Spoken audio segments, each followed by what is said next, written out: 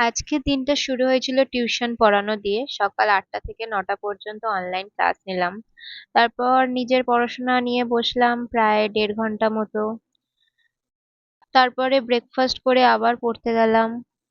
বাইরে খুব গরম আজ। তারপর পড়িয়ে বাড়ি এলাম। বাড়ি থেকে মাসির বাড়ি গেলাম। গিয়ে মামা মামি এসেছিল, তাই সবার সাথে দেখা হলো, লাঞ্চে বিরিয়ানি খেলাম।